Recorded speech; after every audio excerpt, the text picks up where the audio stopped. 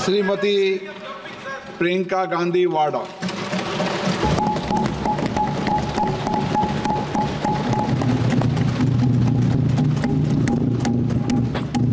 नमस्कार। माननीय अध्यक्ष महोदय जी, आज आपने मुझे इस सभा में बोलने का मौका दिया, इसके लिए मैं आपकी बहुत बहुत आभारी हूँ। सबसे पहले जो सुरक्षाकर्मी, जो जवान अफसर 13 दिसंबर को संसद की सुरक्षा के लिए शहीद हुए, उनके प्रति मैं श्रद्धांजलि व्यक्त करना चाहती हूँ। महोदय, हजारों साल पुरानी हमारी देश की, धर्म की एक पुरानी परंपरा रही है।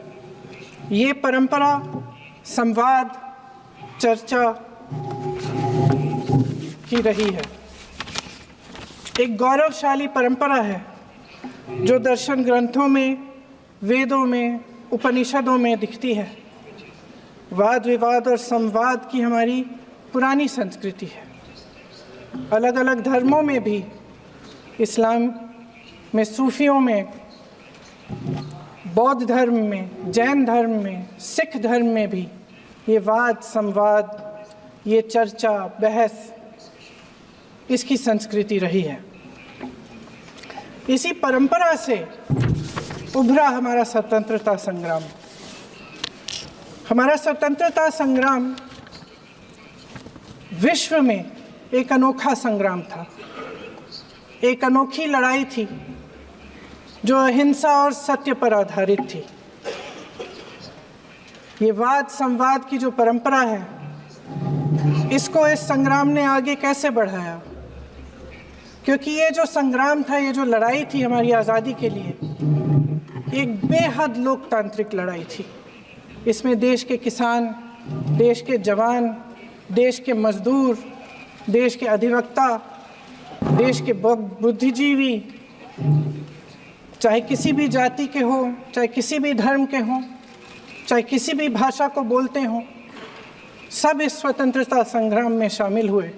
सब ने हमारे देश की आज़ादी की लड़ाई लड़ी।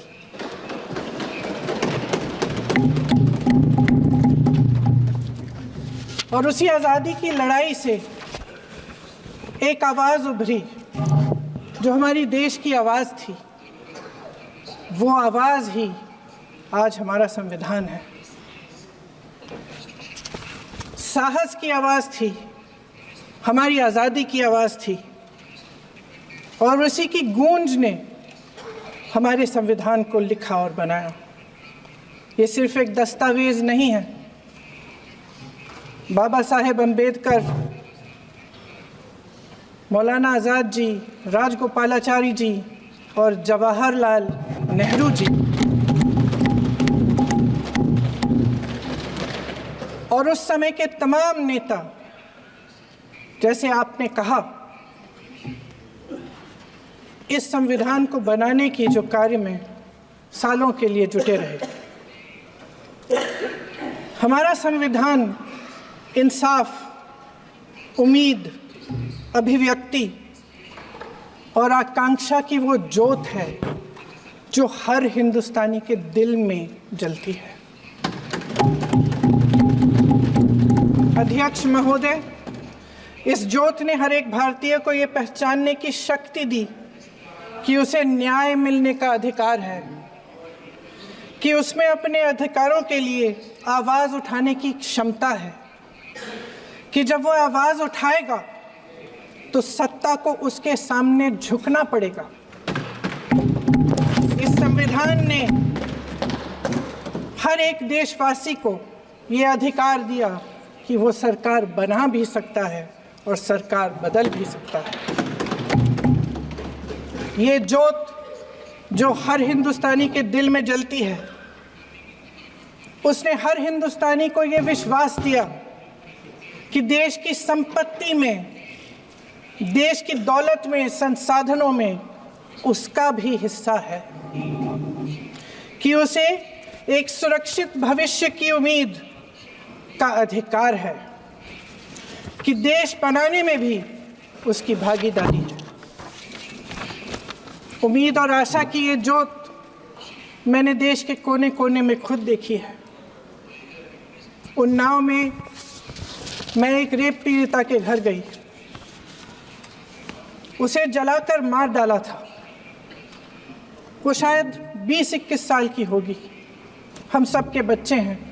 हम सोच सकते हैं कि अगर हमारी बेटी के साथ बार बार बलात्कार हुआ और फिर जब वो अपनी लड़ाई लड़ने के लिए गई तो उसको जलाकर मार डाला गया होता तो हम पर क्या बीतती। मैं उस बच्ची के पिता से मिली। उसके खेत जलाए गए थे, उसके भाइयों को पीटा गया था, उसके पिता को बाहर से घर के बाहर घसीट कर मारा गया था। उस पिता ने मुझे बताया कि बेटी, मुझे न्याय चाहिए। मेरी बेटी अपने एफआईआर को दर्ज करने के लिए जब ज़िले में गई तो उसको मना किया गया। अगले ज़िले में जाना पड़ा उसे। वो रोज़ सुबह 6 बजे उठकर तैयार होकर अकेली अपने मुकदमे को लड़ने के लिए अगले ज़िले में ट्रेन से जाती थी। उसके पिता ने मुझे कहा कि मैंने उससे कहा, बेटी अकेले मत जाओ, छोड़ दो ये लड़ाई। लेकिन उसकी बेटी ने उसको जवाब दिया कि नहीं पिताजी, मैं अकेली जाऊंगी, मैं लड़ूंगी, ये मेरी लड़ाई है, मैं इसको लड़ूंगी। ये लड़ने की क्षमता, ये हिम्मत उस लड़की को और करोड़ों भारत की नारियों को हमारे संविधान ने दी।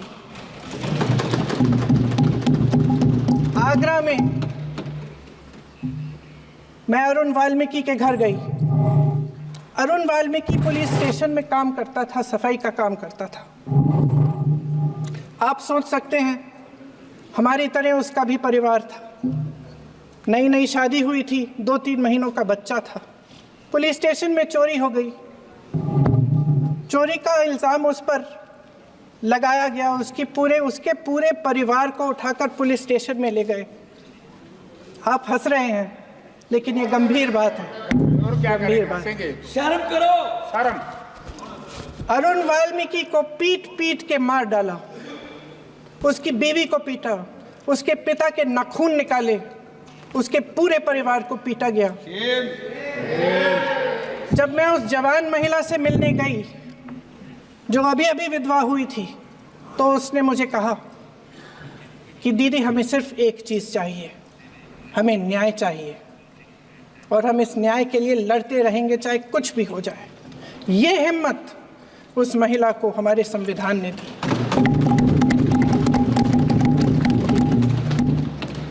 संभल के कुछ लोग आए थे हमसे मिलने जो मृतकों के परिवार के सदस्य थे। उसमें 2 बच्चे थे, अदनान और उजैर। आप सुनिए। उसमें 2 बच्चे थे, अदनान और उजैर।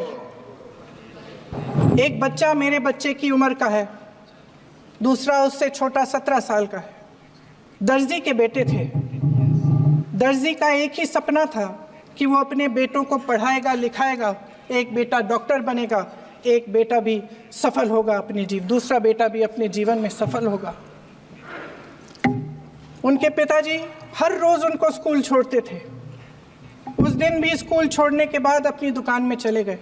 उन्हें पता नहीं था कि विवाद हो रहा है।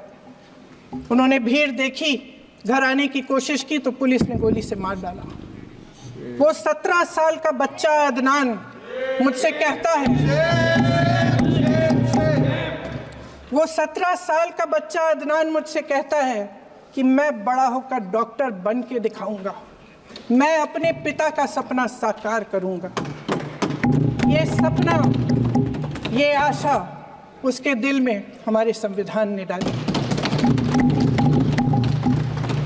अध्यक्ष महोदय, हमारे देश के करोड़ों देशवासियों के संघर्ष में, अपने अधिकारों की पहचान में, इनकी कठिन से कठिन परिस्थितियों से लड़ने की अपार हिम्मत में और देश से न्याय की अपेक्षा में हमारे संविधान की ज्योत जल रही है। मैंने हमारे संविधान की ज्योत को जलते हुए देखा है और इसके साथ साथ ये भी समझा है कि हमारा संविधान एक सुरक्षा कवच है। एक ऐसा सुरक्षा कवच है जो देशवासियों को सुरक्षित रखता है, न्याय का कवच है, एकता का कवच है और अभिव्यक्ति की आज़ादी का कवच है। दुख की बात यह है कि मेरे सत्ता पक्ष के साथी जो बहुत बड़ी बड़ी बातें करते हैं, इन्होंने इन 10 सालों में ये सुरक्षा कवच, सत्ता पक्ष के मेरे साथियों ने ये सुरक्षा कवच तोड़ने का पूरा प्रयास किया है। संविधान में सामाजिक, आर्थिक और राजनीतिक न्याय का वादा है। ये वादा एक सुरक्षा कवच है जिसको तोड़ने का काम शुरू हो चुका है। लैटरल एंट्री और निजीकरण के जरिए ये सरकार आरक्षण को कमजोर करने का काम कर रही है। अगर लोकसभा में ये नतीजे नहीं आए होते तो ये संविधान बदलने का काम भी शुरू कर लेते। सच्चाई ये है अध्यक्ष महोदय कि आज संविधान बार बार इसलिए कह रहे हैं क्योंकि इस चुनाव में इनको पता चल गया कि इस देश की जनता ही इस संविधान को सुरक्षित रखेगी, कि इस चुनाव में हारते हारते जीतने से इन्हें एहसास हुआ कि ये संविधान बदलने की बात इस देश में नहीं चलेगी। आज जनता की मांग है कि जाति जनगणना हो। सत्ता पक्ष के मेरे साथी ने इसका जिक्र किया। ये जिक्र भी आज इसलिए हो रहा है क्योंकि चुनाव में ये नतीजे आए। ये जाति जनगणना इसलिए जरूरी है ताकि हमें पता चले कि किसकी क्या स्थिति है और नीतियां उस हिसाब से बने। इनकी गंभीरता का प्रमाण ये है कि जब चुनाव में पूरे विपक्ष ने जोरदार आवाज उठाई कि ये जाति जनगणना होनी चाहिए, तो इनका जवाब देखिए। इनका जवाब भैंस भाग भैंस चुरा लेंगे, मंगलसूत्र चुरा लेंगे, इनका ये जवाब था। ये गंभीरता है इनकी जाति जनगणना पर। महोदय, हमारे संविधान ने आर्थिक न्याय की नींव डाली, किसानों, गरीबों और को ज़मीन बांटी, भूमि सुधार किया, जिसका नाम लेने से कभी कभी आप झिझकते हैं और कभी कभी उनका नाम धड़ाधड़ इस्तेमाल किया जाता है अपने आप को बचाने के लिए। उन्होंने HAL, BHEL, SAIL, GAIL, ONGC, NTPC, railways, IIT, IIM, oil refinery, तमाम PSU बनाए। अध्यक्ष महोदय, उनका नाम पुस्तकों से मिटाया जा सकता है, उनका नाम भाषणों से मिटाया जा सकता है, लेकिन जो उनकी भूमिका रही इस देश की आज़ादी के लिए और इस देश के निर्माण के लिए, वो इस देश से कभी मिटाया नहीं जा सकता। 75 सालों में जनता का भरोसा रहा कि नीतियाँ बनेंगी तो जनता की भलाई के लिए बनेंगी। जल जंगल ज़मीन का अधिकार मिला आदिवासी भाई बहनों को। इंदिरा जी ने बैंकों का राष्ट्रीयकरण करवाया, खदानों का राष्ट्रीयकरण कराया। कांग्रेस और यूपीए की सरकारों में शिक्षा का, भोजन का अधिकार मिला। 75 सालों में जनता का भरोसा मिला। पहले संसद चलती थी तो जनता की उम्मीद होती थी कि सरकार महंगाई और बेरोजगारी पर चर्चा करेगी, कोई उपाय निकालेगी, कोई रास्ता निकालेगी। लोग मानते थे कि अगर कोई नई आर्थिक नीति बनेगी तो देश की अर्थव्यवस्था को मजबूत बनाने के लिए बनेगी, तो भारतीय बाजार को मजबूत बनाने के लिए बनेगी, उनके भविष्य को मजबूत बनाने के लिए बनेगी। किसान और आदिवासी भाई बहन भरोसा करते थे कि यदि ज़मीन के कानून में संशोधन होगा तो उन्हीं की भलाई के लिए होगा। आप नारी शक्ति की बात करते हैं, आज चुनाव की वजह से शायद इतनी बातचीत हो रही है नारी शक्ति के बारे में, क्योंकि हमारे संविधान ने महिलाओं को ये अधिकार दिया, उनकी शक्ति को परिवर्तित किया वोट में। और आज आपको पहचानना पड़ रहा है कि महिलाओं के बिना, कि नारी शक्ति के बिना ये सरकारें नहीं बन सकती हैं। इसीलिए आज आप नारी शक्ति की बातें दोहरा रहे हैं। जो आप नारी शक्ति का अधिनियम लाए हैं उसको लागू क्यों नहीं करते? वो 10 साल बाद लागू क्यों होगा? क्या आज की नारी 10 साल इंतजार करेगी उसके लागू करने के लिए? क्या बात है, क्या बात है।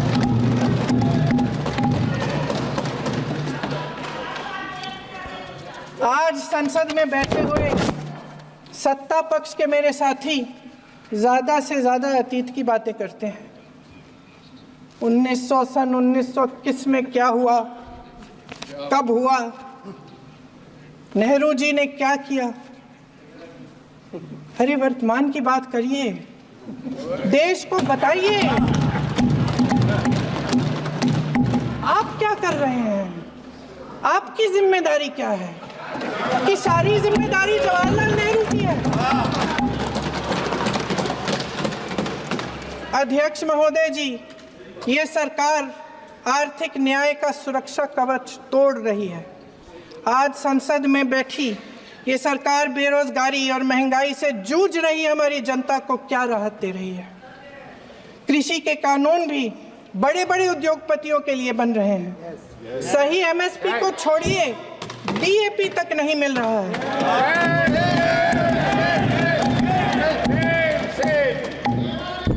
वायनाड से लेकर ललितपुर तक इस देश का किसान रो रहा है। आपदा आती है तो उसको कोई राहत नहीं मिलती। भगवान भरोसे है आज इस देश का किसान, उसको छोड़ दिया गया है। आज हिमाचल में देखिए, जितने भी कानून बने हैं वो सब बड़े बड़े उद्योगपतियों के लिए बन रहे हैं। हिमाचल में जो सेब उगता था उसके जो छोटे छोटे किसान हैं वह रो रहे हैं, क्योंकि एक व्यक्ति के लिए सब कुछ बदला जा रहा है। सुनने की हिम्मत रखो।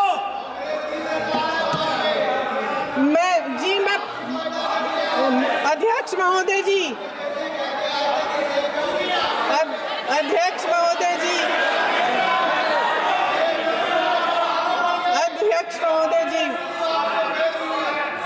महोदय जी, सारे कोल्ड स्टोरेज प्रदेश की सरकार ने नहीं दिए, कोल्ड स्टोरेज आपकी सरकार ने दिए।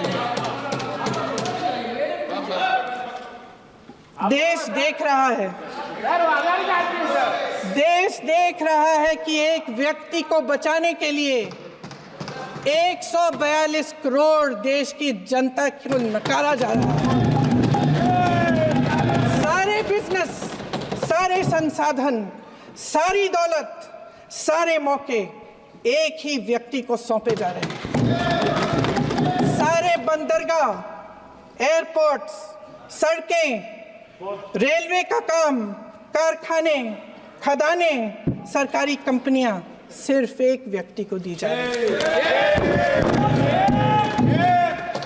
जनता के मन में हमेशा ये विश्वास होता था कि अगर कुछ नहीं है तो संविधान हमारी सुरक्षा करेगा, मगर आज आम लोगों के बीच ये धारणा बनती चली जा रही है कि सरकार सिर्फ मुनाफे के लिए चल रही है।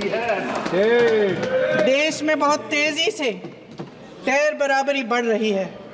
जो गरीब है वो और गरीब हो रहा है, जो अमीर है वो और अमीर हो रहा है।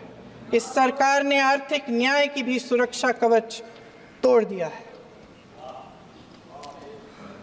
राजनीतिक न्याय की जब बात होती है, मेरे सत्ता पक्ष के साथी आज खड़े हुए और तमाम गिनती करने लग गए कि ऐसा हुआ वैसा हुआ, 1975 में जो हुआ, तो सीख लीजिए ना आप भी। सीख लीजिए। आप भी अपनी गलतियों के लिए माफी मांग लीजिए। आप भी बैलेट पे चुनाव कर लीजिए। आप भी बैलेट पे चुनाव कर लीजिए। दूध का दूध, पानी का पानी हो जाएगा।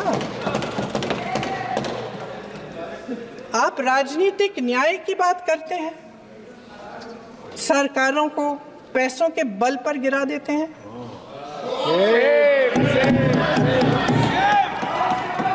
मेरा आग्रह है कि अपन संविधान में सकारात्मक बोले।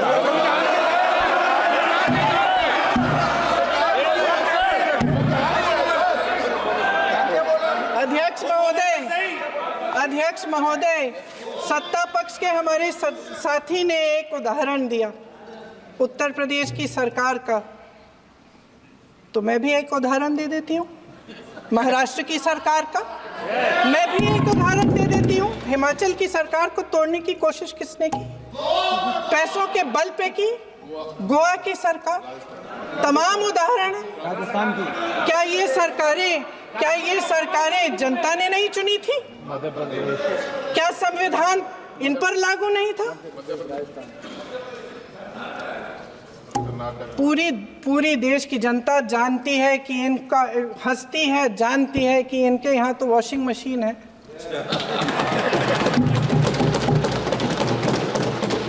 तो यहाँ से वहाँ जाता है, वो धुल जाता है। इस तरफ दाग, उस तरफ स्वच्छता। और मेरे कई ऐसे साथी हैं जो इस तरफ होते थे उस तरफ चले गए, मुझे दिख भी रहे हैं, वॉशिंग मशीन में शायद धुल गए हैं। अध्यक्ष महोदय, जहां भाईचारा और अपनापन होता था, जहां हमारे संविधान ने एकता का सुरक्षा कवच दिया था, वहां शक और घृणा के बीज बोए जा रहे हैं। एकता का सुरक्षा कवच तोड़ा जा रहा है। प्रधानमंत्री जी यहाँ सदन में संविधान की किताब को यूं माथे से लगाते हैं, लेकिन संभल में, हाथरस में, मणिपुर में जब न्याय की गुहार आती है, उठती है, तो उनके माथे पे शिकन तक नहीं आता।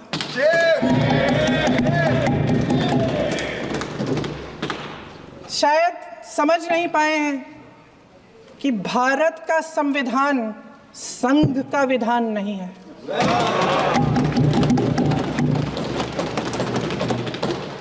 भारत के संविधान ने हमें एकता दी, हमें आपसी प्रेम दिया। उस मोहब्बत की दुकान जिस पर आपको हंसी आती है, उसके साथ करोड़ों देशवासी चले। करोड़ों देशवासियों के दिल में एक दूसरे के लिए प्रेम है, घृणा नहीं है।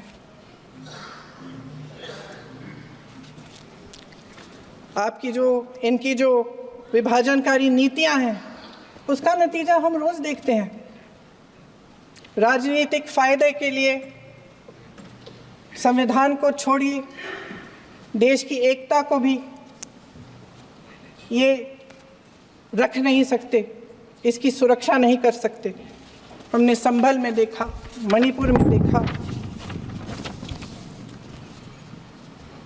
दरअसल इनका कहना है कि अलग अलग इस देश के अलग अलग हिस्से हैं, कैमरा लेकिन हमारा संविधान कहता है कि ये देश एक है और ये देश एक रहेगा। जहां खुला विवाद होता था, अभिव्यक्ति का सुरक्षा कवच होता था, इन्होंने भय का माहौल पैदा किया है। सत्ता पक्ष के मेरे साथी अक्सर 75 सालों की बात करते हैं, लेकिन इन 75 सालों में ये उम्मीद, आशा, ये अभिव्यक्ति की ज्योति कभी थमी नहीं, कभी बुझी नहीं। इस देश की जनता ने खुलकर आलोचना की, निडर होकर धरने किए, प्रदर्शन किए। जब जब जनता नाराज हुई, तब तब सत्ता को ललकारा, उसे चेतावनी दी, बड़े से बड़े नेताओं को कटघरे में खड़ा किया, उनसे जवाब मांगा, न्याय मांगा। इस देश के छोटे छोटे से नुक्कड़ की दुकानों में, चाय की दुकानों में, इस देश के घरों में, गलियों में, मोहल्लों में, अखबारों में, प्रकाशन घरों में, न्यायपालिकाओं में चर्चा कभी बंद नहीं हुई। लेकिन आज ये माहौल नहीं है। आज जनता को सच बोलने से डराया जाता है, धमकाया जाता है। पत्रकार हो या विपक्ष का नेता हो या किसी यूनिवर्सिटी का प्रोफेसर हो, छात्र संघ हो या कर्मचारियों का संगठन हो, सबका मुंह बंद कराया जाता है। किसी पे ईडी, किसी पे सीबीआई, किसी पे इनकम टैक्स,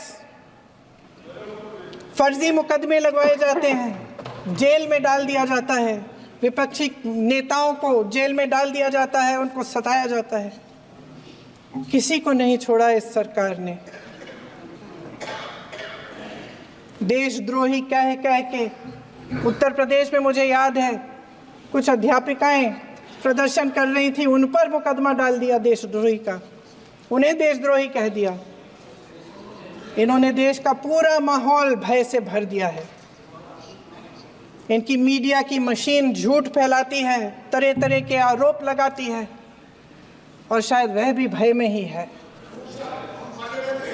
महोदय, मैं इस सदन को याद दिलाना चाहती हूँ कि ऐसा डर का माहौल देश में अंग्रेज़ों के राज में था।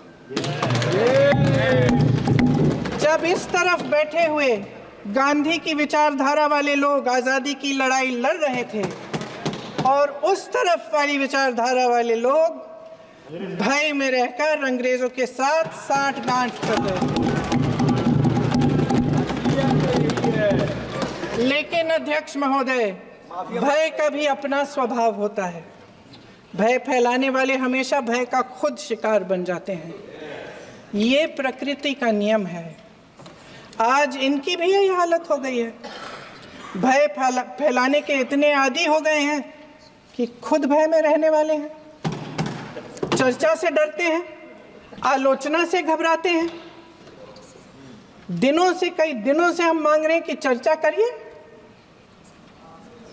लेकिन चर्चा करने की हिम्मत ही नहीं है।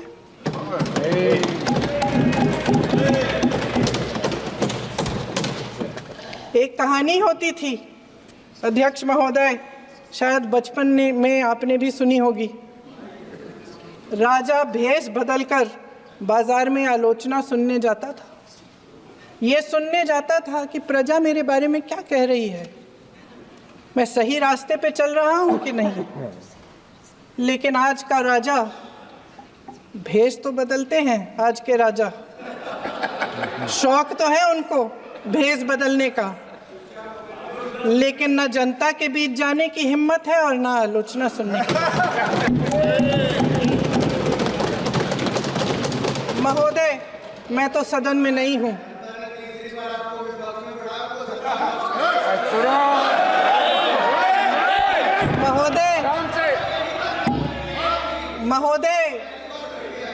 महोदय, जनता में बहुत विवेक है, ये सही है।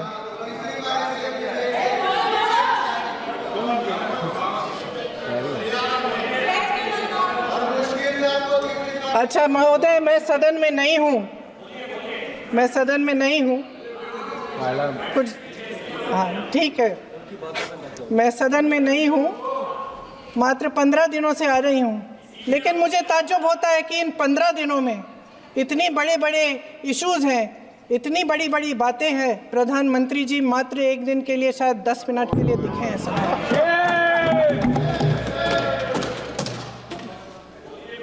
बात यह है अध्यक्ष महोदय जी कि ये देश भय से नहीं, साहस और संघर्ष से बना है। इसको बनाने वाले देश के किसान, जवान, देश के करोड़ों मजदूर और गरीब जनता है। संविधान इनको साहस देता है। मेहनती मिडिल क्लास है। और इस देश के जो करोड़ों देशवासी हैं, जो रोज़ाना भयंकर परिस्थितियों का सामना करते हैं, उनको साहस देता है। वायनाड में जो आपदा आई, उसमें एक छोटा लड़का था 17 साल का। 6 घंटों के लिए उसने अपनी माँ को बचाने की कोशिश की। 6 घंटों के लिए आप सोच सकते हैं कि अगर नदी की धारा बह रही है, नाराज है, आप अपनी माँ को पकड़े हो, 6 घंटों के लिए पकड़े रखते हो कि मेरी माँ बच जाएगी, और अंत में वो माँ भी बह जाती है। उस लड़के का साहस, उन महिलाओं का साहस जो पीड़ित हैं लेकिन फिर भी अपनी लड़ाई लड़ रहे हैं, उन संभल के बच्चों का साहस जिनके पिताजी अभी अभी गुजर गए लेकिन फिर भी उनके सपनों को साकार करने की हिम्मत है, उनका साहस है, वो साहस इस संविधान ने दिया है।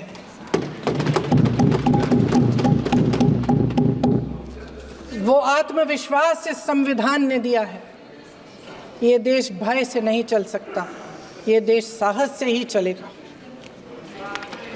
भय की भी सीमा होती है, और जब वो सीमा पार हो जाती है, जब किसी को इतना दबाया जाता है कि उसको लगने लगता है कि अब मेरे पास खोने के लिए कुछ नहीं है, तब उसमें एक ऐसी शक्ति पैदा होती है जिसके सामने कोई कायर खड़ा नहीं हो सकता। ये देश कायरों के हाथों में ज़्यादा देर तक कभी नहीं रहा है। ये देश उठेगा, ये देश लड़ेगा, सत्य मांगेगा, सत्यमेव जयते। जय हिंद। अगले